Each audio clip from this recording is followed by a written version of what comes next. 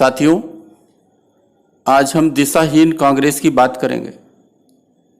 साथियों, कांग्रेस लगातार दुबली होती जा रही है।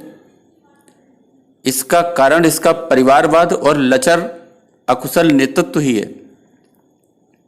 2014 में भाजपा को जीत के बाद पीएम मोदी जी को अपनी जीत की माला डॉक्टर मनमोहन सिंह को ही पहनानी चाहिए थी, क्योंकि साथियों, मनमोहन सिंह गांधी परिवार के एक शिष्य की तरह उन्होंने काम किया।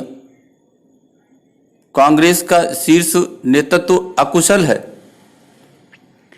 मोदी की जीत के पीछे कांग्रेस का अकुशल नेतृत्व और कांग्रेस का परिवारवाद ही है।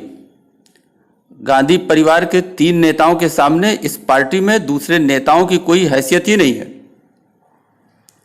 यही 3 नेता सारे फैसले अपने आप लेते हैं।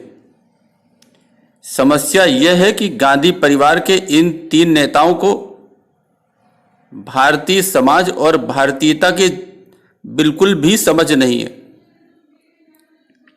साथियों, मोदी की जीत के पीछे कांग्रेस नेताओं पर लगातार भ्रष्टाचार के आरोप तथा दुनिया और देश की दूसरी सबसे बड़ी आबादी उसे अल्पसंख्यक के नाम पर वही मुस्लिम तुष्टीकरण ही कांग्रेस का असली मकसद है। कांग्रेस आज भी इसी रास्ते पर चल रही है। इससे भाजपा की जीत का रास्ता सरल हो जाता है। साथियों, कांग्रेस ने कर्नाटक में पीएफआई के राजनीतिक संगठन एसडीपीआई के साथ तालमेल किया।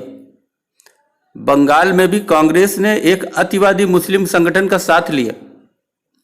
शाहीन बाग धरने में आपने देखा होगा कि कांग्रेस नेताओं ने खुलकर भाग लिया। कांग्रेस नेता दिग्विजय सिंह ने तो खुलकर कह दिया कि कश्मीर के अनुच्छेद 370 के बहाली तक की उन्होंने बात कर दी। अब 2022 में कांग्रेस यूपी चुनाव में मदरसों के बच्चों के जरिए मुसलमानों के घरों तक पहुंचने की कोशिश में कांग्रेस बंगाल की ममता के रास्ते पर चलना चाहती है। लेकिन साथियों, कांग्रेस का नेतृत्व अकुशल नेताओं के हाथ में। यही परिवारवाद और एक तरफा मुस्लिम तुष्टीकरण कांग्रेस को दीमक की तरह अंदर से खा रहा है। साथियों, कांग्रेस से युवा नेता भी अब धीरे धीरे इस पार्टी से किनारा करने लगे। यही भाजपा को सत्ता में बने रहने का अवसर भी प्रदान करता है। साथियों, विपक्ष का अकुशल और अधिक कमजोर होना लोकतंत्र के लिए घातक है। लेकिन साथियों, आप लोग उसी राजनीतिक दल को सत्ता में चुने जो कुशल हो और जिससे हमारा भारत और भारत की संस्कृति, भारत की सभ्यता सही हाथों में रहे। अभी के लिए बस इतना ही। धन्यवाद।